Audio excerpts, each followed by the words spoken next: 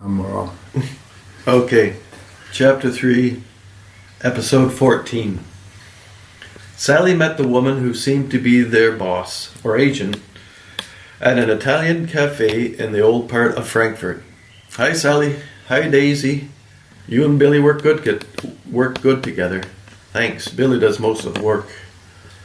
They chatted and watched the people walking by. Daisy smoked a cigarette, offered Sally one, but she declined. Any questions? Not work-related. Okay. How did you get started in the company? Daisy smiled. Daisy Faith was not such a common name. Her grandmother's name was Daisy May. Her mother's name was Virginia Faith. She didn't have an official dad, as far as she knew. Her mother, Virginia Faith, was raped by her priest when she was 14. She sang in the choir and earned a little money cleaning the church. The priest lived in a comfortable little house on the grounds. Virginia Faith cooked him meals every Tuesday after choir practice. He gave her $1 each time. She would refuse. He would insist. Virginia Faith would put the $1 in the next Sunday offering. That had pleased her. She hadn't noticed any indication that he was sexually interested in her. It was in the kitchen that he raped her. He had invited her to stay for tea, put a sedative, date rape drug in Virginia's tea, and raped her. She knew her vagina was sore when she woke up in her own bed, not remembering how she got home, and didn't remember, or couldn't even imagine, that she had been raped by the priest, but she had no other contacts that night. She marked it down to a serious period.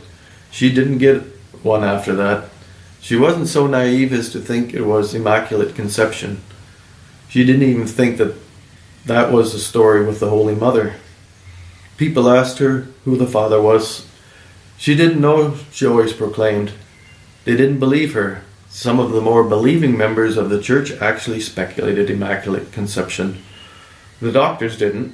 Eventually, Virginia worked out the possibility that it might have been the priest.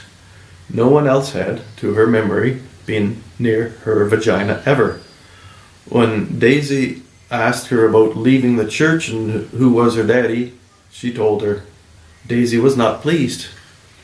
When Daisy was 13, she killed him, went to his house late at night, crawled in the window and stood over him until he woke from the cool air on his face. Hi, Dad. He looked terrified when he saw a big knife swinging down into his belly. Daisy had cut his belly from rib cage to his groin. She took off out the window, not understanding about forensics. Her fingerprints were on the windowsill and the knife that was buried in the priest. Sally listened to Daisy tell her story, wondering if it was true. That's a crazy story. Yes, it was a crazy time. Instead of prison for kids, the company took me out of the system. My mother didn't want me and set me free for adoption. The company adopted me.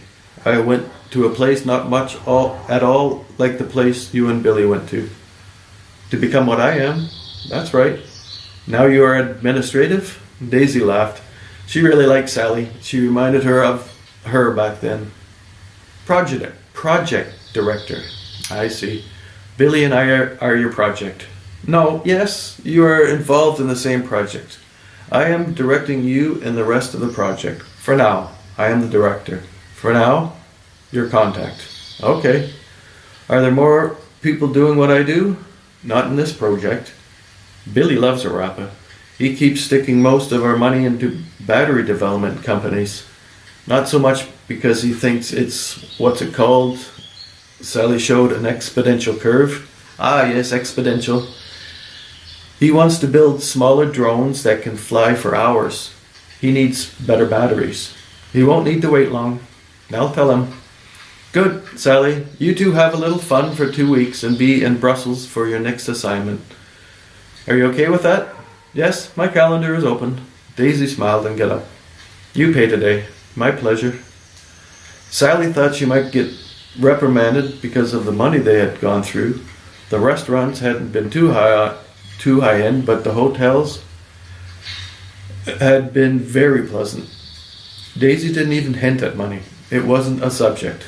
Just a meeting to check on Sally's disposition, or whatever it was that interested Daisy.